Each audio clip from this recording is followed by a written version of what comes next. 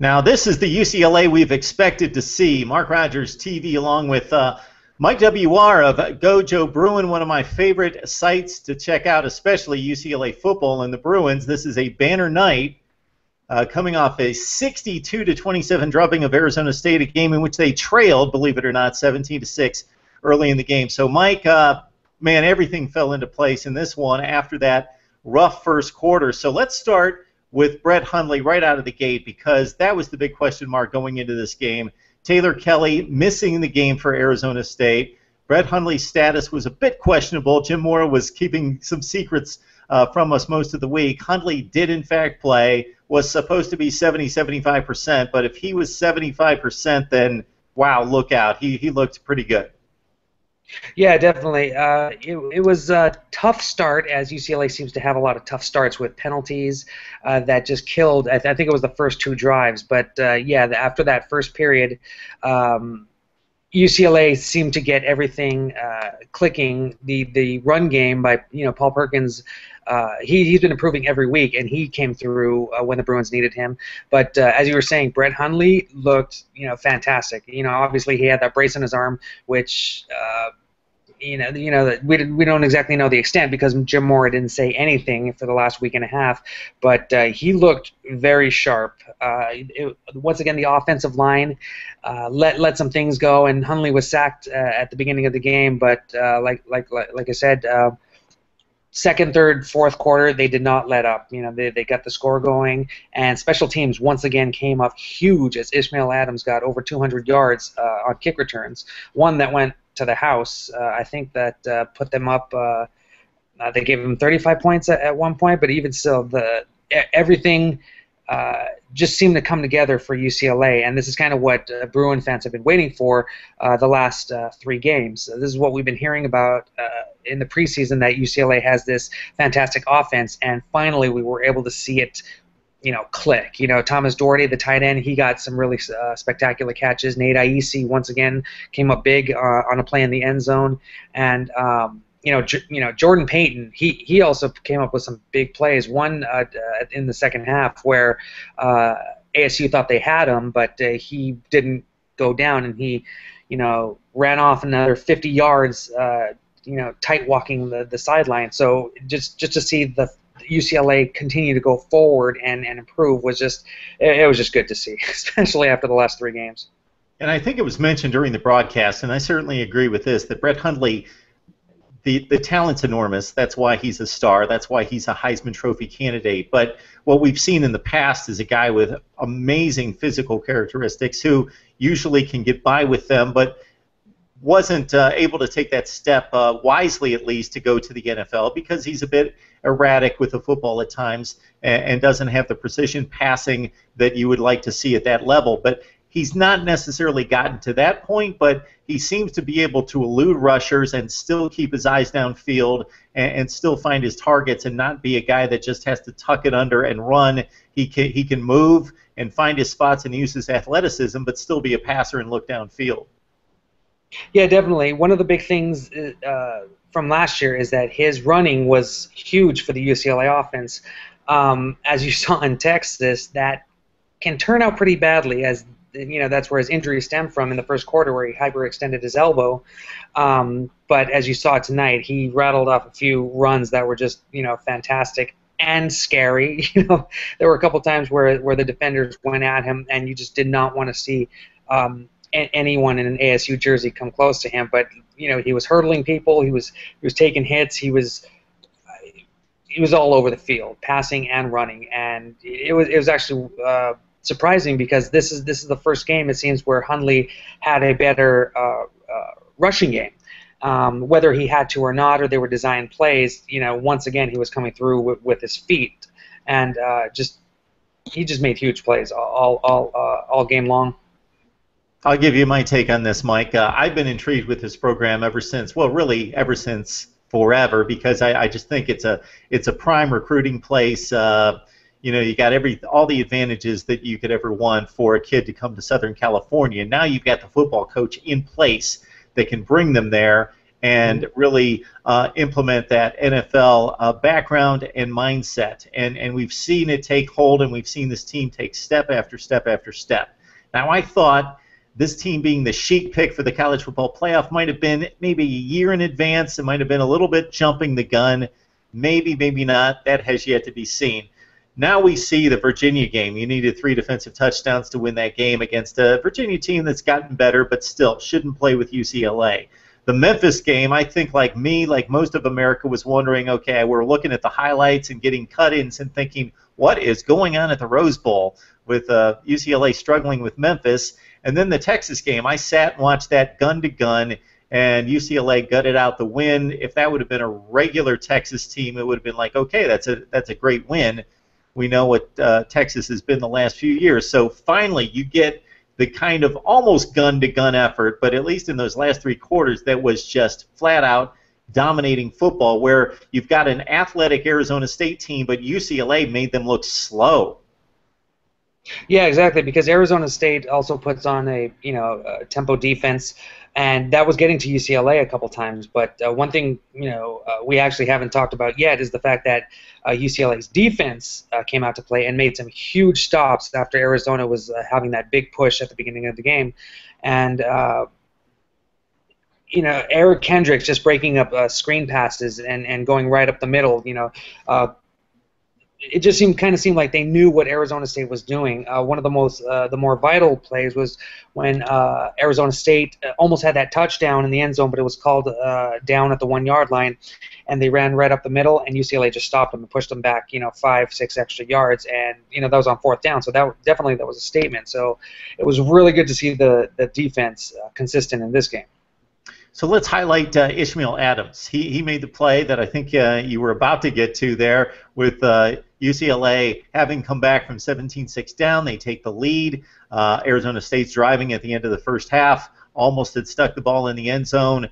I don't know who had rushed the passer on that one, but that was key in that sequence as well, because the quarterback for Arizona State, the backup quarterback, was really under duress, just kind of chucked it down the middle. Ishmael Adams makes the pick, and he goes the other way. Then we saw him later in the game with a punt return. So if I remember correctly, and correct me if I'm wrong, I remember when Ishmael Adams was recruited. Now, this kid was a top recruit, if I remember correctly, and it seems like he's blossoming into a star. Yeah, definitely. He was coming up big in the secondary last year, but one of the big things was because of injuries last year, the coaching staff actually asked who would want to help out with kick return responsibilities, and Ishmael Adams basically put up a hand and said, I'll do it. And sure enough, the last couple of games at the end of last season, he was just tearing up kick returns. One in particular was against USC, where he had this one run that just went down to the 45, and I think UCLA scored off of that, and one of the biggest games of the season against USC. And one of the things we were looking for is that special teams was going to continue to be good, because UCLA's defensive coordinator handled special teams last year, and he actually was awarded. He got a national award for that. So we knew that special teams was also going to be very strong for UCLA, and just to see what Ishmael Adams can do. Now, going back to that Virginia game, Ishmael Adams actually returned the ball for kickoff for a touchdown, but that one got called back for a penalty. And it was actually funny, if you see the Pac-12 Network's The Drive, they focused in on Mora, and he went to Ishmael Adams after that and said, Mora was apologizing, and Ishmael Adams said, don't worry, I'll get it back. And sure enough, we just see what he did tonight. Pick six, kickoff return for a touchdown, and this guy is fantastic.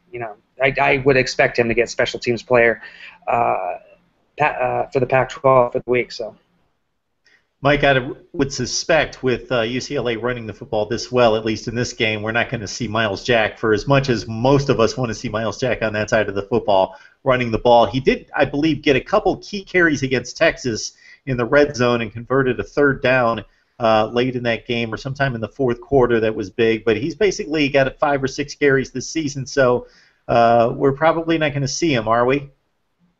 It depends on the situation, because we actually saw Miles Jack come in a couple times tonight when it seemed like UCLA was getting in a little bit of trouble, when they just needed a few extra yards, and that's what Jack can do. But at the same time, UCLA can't put themselves in that position to rely on Jack all the time, especially because if he gets exhausted, he's going to be good to no one on the defensive side. And that's one thing that was key that a lot of reporters were talking about this past week, because during last season's game against Arizona State, UCLA was just down to the bare minimum for running backs, so Jack played more on the offense and wasn't able to play his normal position and the proper amount of time on defense. So that help contribute to the overall loss, but that wasn't the only thing. But now you can see why it is important for Jack to kind of play stay on defense. He's a fantastic linebacker, and it would be great to solely have him there. But it's also great to have him in short yardage situations. But at the same time, because of that, you don't want to rely on that. So I actually would like to see him more on defense. It's great to see him get those couple few scrappy yards, but with Paul Perkins handling the ball in the run game more, it's at least it feels comfortable now to say that there is a nice little running game that's developing and getting better week to week. Don't want to discount the Pac-12. There's only a couple soft touches in this conference. It's very balanced, very strong, arguably the best in college football, most notably, most likely the second best, but some would argue best conference in college football. It looks pretty cut and dry. You've got a game against Oregon. Of course, you've got rival USC, and then you've got the Stanford game. Unfortunately for Bruins fans, you've got to play the two toughies from the North Division, while some of your rivals don't have to play one of the two out of the Ducks and the Cardinal. So how do you feel about coming down the stretch? Any other games that you feel a little bit leery about in regards to looking past? Well, you definitely coach speak, and this is kind of paraphrasing Jim Mora, but you want to take it week to week. But as fans and people that just aren't set on the next game, we get to look into the future and see what's on the horizon, and looking at Pac-12 teams in the last couple of weeks and comparing them to the Bruins in a way. But it's going to depend on the week. This game was up in the air because we didn't know if Hundley was going to play. He plays, and they rattle off over 60 points. So that could be, if the Bruins play consistent, they could surely do this every week. Last week we saw Washington State, take it to Oregon, and which kind of exposed Oregon, which obviously you want to